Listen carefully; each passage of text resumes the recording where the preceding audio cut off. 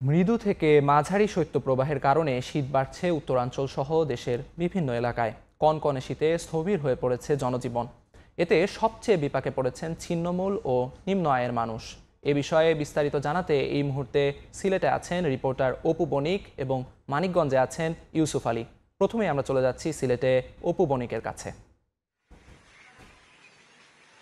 দেখুন, আমি এই মুহূর্তে রয়েছি সিলেটের কিনব্রিজ এলাকায়। আপনারা দেখতে পাচ্ছেন হালকা মধ্যে কুয়াশা রয়েছে, যদিও গত দুদিন যাবৎ আসলে সিলেটে তেমন কুয়াশার প্রভাবটা আমরা দেখতে পাইনি। তবে রাতের বাড়ার সাথে সাথে কিন্তু কুয়াশাটা একটু তীব্র হয়। আজকে এই মুহূর্তে যেখানে আমরা দাঁড়িয়ে আছি, সিলেটের যেখান থেকে আমরা তথ্য পেয়েছি, আবহাওয়া অফিস থেকে বলছে যে আজকে সিলেটের সর্বনিম্ন তাপমাত্রা 14 ডিগ্রি সেলসিয়াস। এবং গতকালের যদি আবহাওয়ার সর্বশেষ যদি আপনাদেরকে জানিয়ে রাখতে চাই, তাহলে আমি আপনাদেরকে বলতে চাই যে সর্বনিম্ন যে তাপমাত্রাটি ছিল সিলেটে 15.1 ডিগ্রি সেলসিয়াস এবং সর্বোচ্চ যে তাপমাত্রাটি ছিল সেটা হচ্ছে 29.2 ডিগ্রি সেলসিয়াস। তবে নতুন বছরের শুরু থেকেই কিন্তু দিন দিন সিলেটের শীতের তীব্রতা বেড়েছে। সেই সঙ্গে সিলেটে সকাল থেকে আজকে হালকা কুয়াশা থাকলেও কিন্তু নগরীতে হিম বাতাসে ঠান্ডায় বিপাকে পড়ছেন দিনমজুর সহ নিম্ন আয়ের মানুষরা। গত কয়েকদিন ধরে আপনাদেরকে জানিয়ে রাখতে চাই, সিলেটের তাপমাত্রা কিন্তু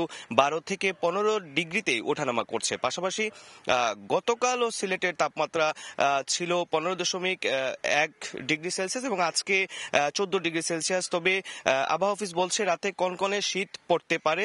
এদিকে তাপমাত্রা কমে যাওয়ায় সবচেয়ে দুর্ভোগে পড়েছেন কিন্তু নিম্ন আয়ের মানুষ, যারা সকাল থেকে বের হন। এবং আমরা এখানে এসে যেটি দেখতে পেয়েছি, যারা সকালবেলায় মাছ ধরতে বের হয়েছেন, এখানে খুবই কম, প্রায় দু একটা মাঝি ছাড়া কিন্তু আমাদের চোখে আর পড়েনি। এবং তারা কিন্তু একজন দুজন করে কিন্তু সেখানে মাছ ফেলে জাল ফেলে কিন্তু মাছ ধরার চেষ্টা করছে। এবং বিশেষ করে সন্ধ্যার পর থেকে কিন্তু হালকা কুয়াশায় ঢেকে যাচ্ছে সিলেটের রাস্তাঘাট সহ লোকালয়। সেই সঙ্গে হিমেল বাতাসে জুবুথুবু অবস্থায় নিম্ন আয়ের মানুষ। রাতে বৃষ্টির মতো আগে কুয়াশা ঝরলেও কিন্তু এখন কিন্তু তেমনটি আমরা লক্ষ্য করছি না। এবং যেমনটি বলছিলাম, যেহেতু সিলেটের শীতের একটি তীব্রতা রয়েছে এবং পাশাপাশি যেহেতু পাহাড়ি এলাকা, এবং এই পাহাড়ি এলাকা থাকার কারণে কিন্তু রাতের দিকে সিলেটের শীতের প্রভাবটা কিন্তু একটু বৃদ্ধি পায়। তবে আবহাওয়া অফিস যেমনটি বলছে, আগামী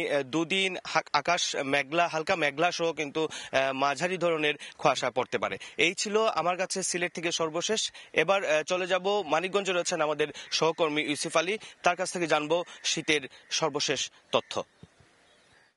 ধন্যবাদ অপু। এই যে সারা দেশে যে শৈত্যপ্রবাহ চলতেছে, তার অংশ হিসাবে কিন্তু মানিকগঞ্জেও এখনটা যে হিম বাতাস আর হচ্ছে কনকনে শীতে কিন্তু মানুষ কাবু হয়ে যাচ্ছে। আমরা রয়েছি পাটুরে ঘাট এলাকাতে। এখানেও কিন্তু ভোর 4:30টার পর থেকেই পাটুরিয়া, দৌলতদিয়া এবং আরিচা, কাজিরহাট, নোরোটেট ফেরি চলাচল বন্ধ রয়েছে। এবং সেই ক্ষেত্রে কিন্তু এখানে যারা এসেছে তারা কিন্তু কনকনে শীত এবং হিম বাতাসে তারা কিন্তু কাবু হয়ে যাচ্ছে। বিশেষ করে নারী শিশুদের অবস্থা খুবই কষ্টদায়ক। আমরা দেখতে পাচ্ছি কেউ কিন্তু যে যানবাহনগুলো রয়েছে দীর্ঘ সারিতে, তারা কিন্তু এই যানবাহন থেকে বের হতে পারছে না। যারা বের হচ্ছে তারা অতি প্রয়োজন ছাড়া, অর্থাৎ সকালের যে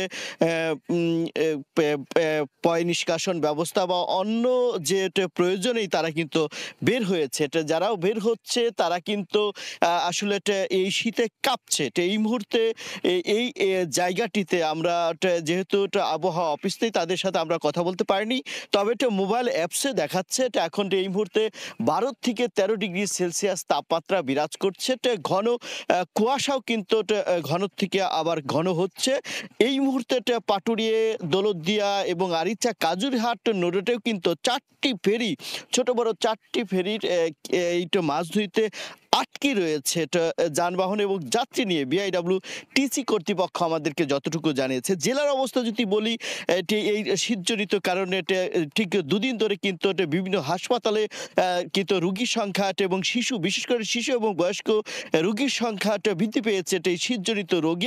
এছাড়াও কিন্তু যারা ছিন্নমূল রয়েছে তারা কিন্তু ঘর থেকে বের হতে পারছে না। বিশেষ করে দুপুর পর্যন্ত কিন্তু ঠিক হালকা এবং মাঝের ধরনের কুয়াশা থাকছে, যার জন্য কিন্তু এটা মহাসড়কগুলোতেও তারা কিন্তু একদম লাইট জ্বালিয়ে তারা কিন্তু সতর্ক নিয়ে যানবাহনগুলো চলাচল করছে।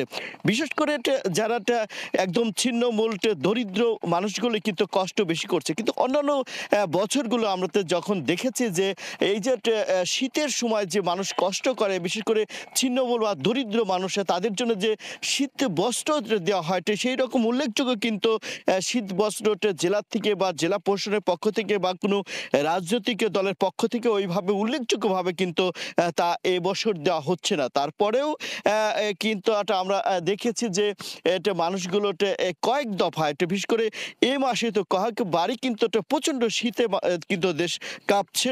সবকিছু মিলিয়ে আমরা বলতে পারি যে পাটুরিয়া, দৌলতদিয়া, আরিচা, কাজিরহাট এবং ধাওয়াপাড়া, নাজিরগঞ্জ রোডে এখন পর্যন্ত বন্ধ আছে।